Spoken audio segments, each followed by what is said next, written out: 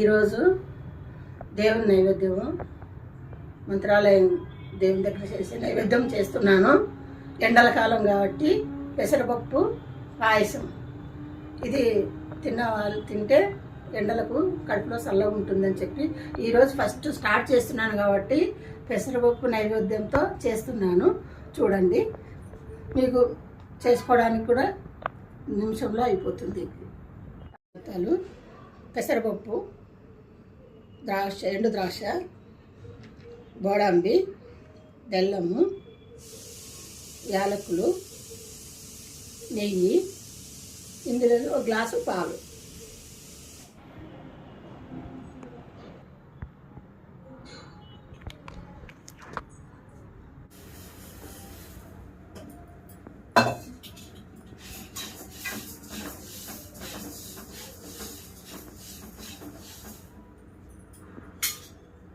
పెసరపప్పు కొంచెము దూరగా వేయించుకోవాలి. ఇట్లా బోలిలో ఇట్లా దూరగా వేయించుకున్న దానివల్ల దాని టేస్టే వేరే ఉంటుంది, కమ్మగా రుచిగా వస్తుంది. ఇట్లా కొంచెం దూరగా వేయించుకోండి. కడుక్కోండి. ఇట్లా వేయించుకున్న తర్వాత 2 సార్లు శుభ్రంగా పెసరపప్పును కడుక్కోండి. కడిగిన తర్వాత చూపిస్తా.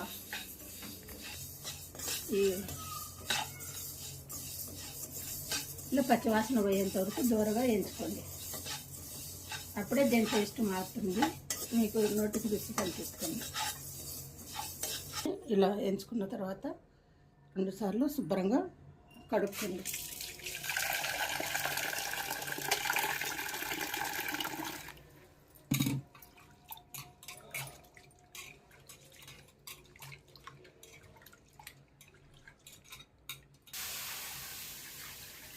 కొంచెం పతలాగా రావడానికి ఎసురు పోసుకోండి. ఎసురు పోసుకున్నా కదా, ఈ ఎసురులో ఉడకనియండి. ఎసురు పోసుకున్న ఈ నీళ్ళల్లో ఈ పెసరప్పును కొంచెం ఉడకనియండి.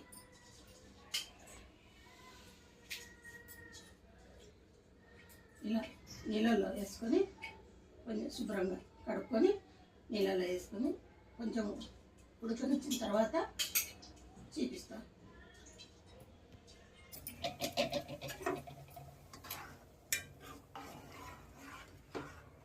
కొంచెం పక్క బిట్లు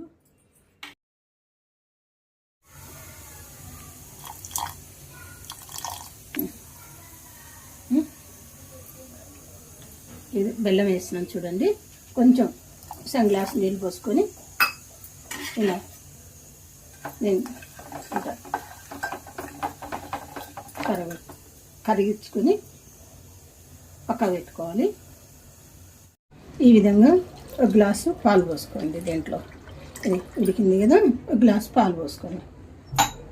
పాలు పోసుకున్నాక ఈ విధంగా చిన్న కలుపుకోండి. ఇది ఇట్లా కలిసిన తర్వాత ఇది బెల్లం కరగబెట్టుకున్నాను కదా, పాకే అవసరం లేదు, ఊరికే కరిగితే చాలు.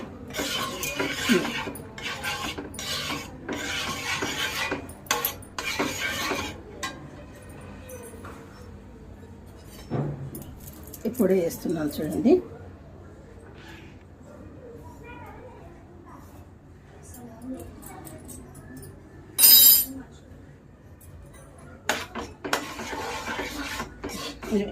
పాలన్నీ కలిసిన తర్వాత దీన్ని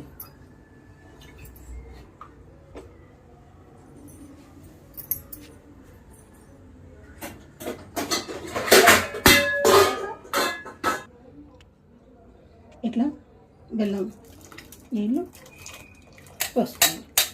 ఇట్లా చూడ ఇట్లా ఏదైనా కచర ఉంటే వస్తుంది దాంట్లోకి, అందుకు ఇట్లా నీళ్ళు పోసుకోమని చెప్తా. అందులో కొంచెం నీళ్ళు వేసి కరగబెట్టుకుంటే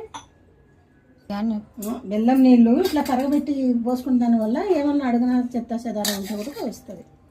అది బెల్లం నీళ్ళు ఎట్లా కరగబెట్టి చూసినారు కదా.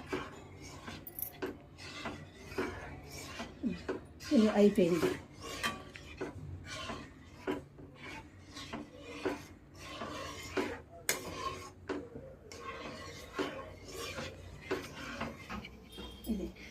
అక్కడికి అయిపోయింది.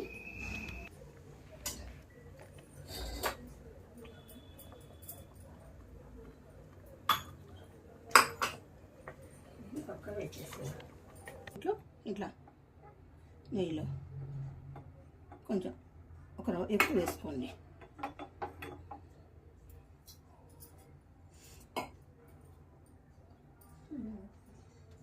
ఇందాక కలిపిన మిశ్రమాన్ని పక్కన పెట్టేసి నెయ్యిని ఇలా వేడి చేసుకోవాలి. వస్తాయి కదా.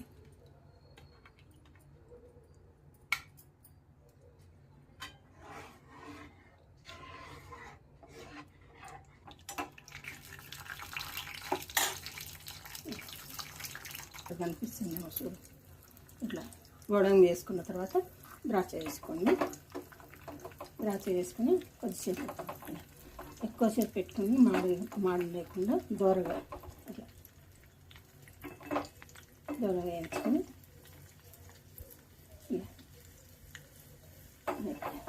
కలర్ ఇట్లా చేంజ్ అయ్యేంత వరకు కొంచెం దోరగా వేయించుకొని అయిపోయింది. ఇక్కడ మనం మిశ్రమం చేసుకున్నాం కదా, దీంట్లో ఇలా పోసుకోండి.